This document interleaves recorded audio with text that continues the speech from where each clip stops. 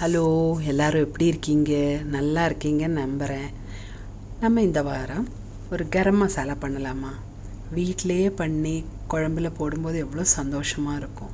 எனக்கு ரொம்ப பிடிக்கும்னு இங்கே நான் முக்கால்வாசி மசாலாவும் நான் வீட்டிலையே தான் பண்ணுவேன். எனக்கு அது பண்ணி இன்னொருத்தர் கொடுக்குறதும் ரொம்ப பிடிக்கும். அதனால் நமக்கு கரம் மசாலா பண்ணலாமா? அதுக்கு தேவையான பொருட்கள்: 1 டேபிள் ஸ்பூன் மல்லி, 1 டேபிள் ஸ்பூன் சீரகம், 1 டேபிள் ஸ்பூன் மிளகு, 2 ஜாதி பத்திரி. அது பிஞ்சு போனதுனால தான் இப்படி இருக்குது. 2 கரெக்டாக எடுத்துக்கோங்க. அப்புறம் 1 டேபிள் ஸ்பூன் லவங்கம், 2 இன்ச்சு பட்டை நான் பிச்சு போட்டு வச்சுருக்கேன். அதனால தான் இப்படி இருக்குது. இது சுற்றி தானே இருக்கும். அது பிச்சு எடுத்து வச்சுருக்கேன். இது நீ இப்போது 2 இன்ச்சு கரெக்டாக அளந்தெல்லாம் பார்க்கணுங்கிறது இல்லை. கொஞ்சம் கூட ஆனாலும் பிரச்சனை இல்லை. 3 பிரிஞ்சி இலை, அது பெருசாக இருந்தால் 2 எடுத்துக்கோங்க.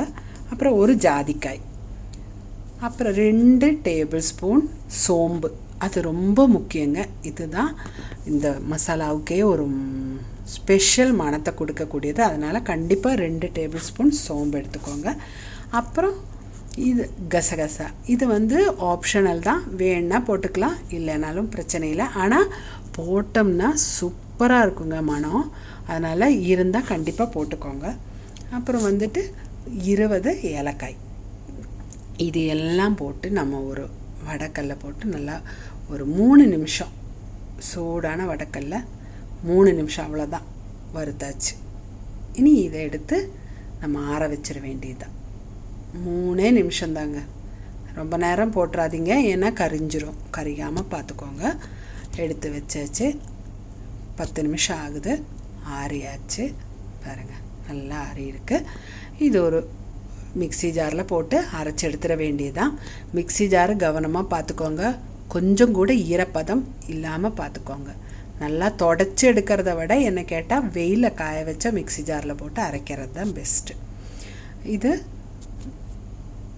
நல்லா அரைச்சி எடுத்து நம்ம 2 பாட்டிலில் போட்டு வச்சோம்னா உங்களுக்கு மனம் போகாமே இருக்கும். பாருங்கள், திறக்கும் போதே என்ன மனம் தெரியுங்களா? கமன்னு மணக்கும். இப்படி தொட்டு பார்த்தா நல்லா கொரகொரப்பாக அரைச்சா போதுங்க. இது இனி நம்ம நான் இப்போ 1 பாட்டில் தான் போட்டு வைக்கிறேன். ஏன்னா எனக்கு இது ஒரு 3 மாதம் கூட வராது.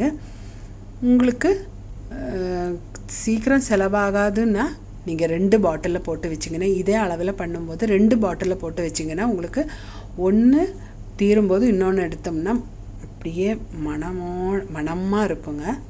அதை பார்த்து எடுத்து வச்சுக்கோங்க. பார்த்திங்களா, நல்லா எல்லாம் எடுத்து வச்சாச்சு. மூடியும் போட்டாச்சு. எல்லாரும் இதே மாதிரி செஞ்சு பார்த்துட்டு உங்களோட கமெண்ட்ஸ் கீழே கமெண்ட் பாக்ஸில் கமெண்ட் பண்ணுங்கள். அடுத்த வாரம் மீண்டும் சந்திக்கும் வரைக்கும் வணக்கம்.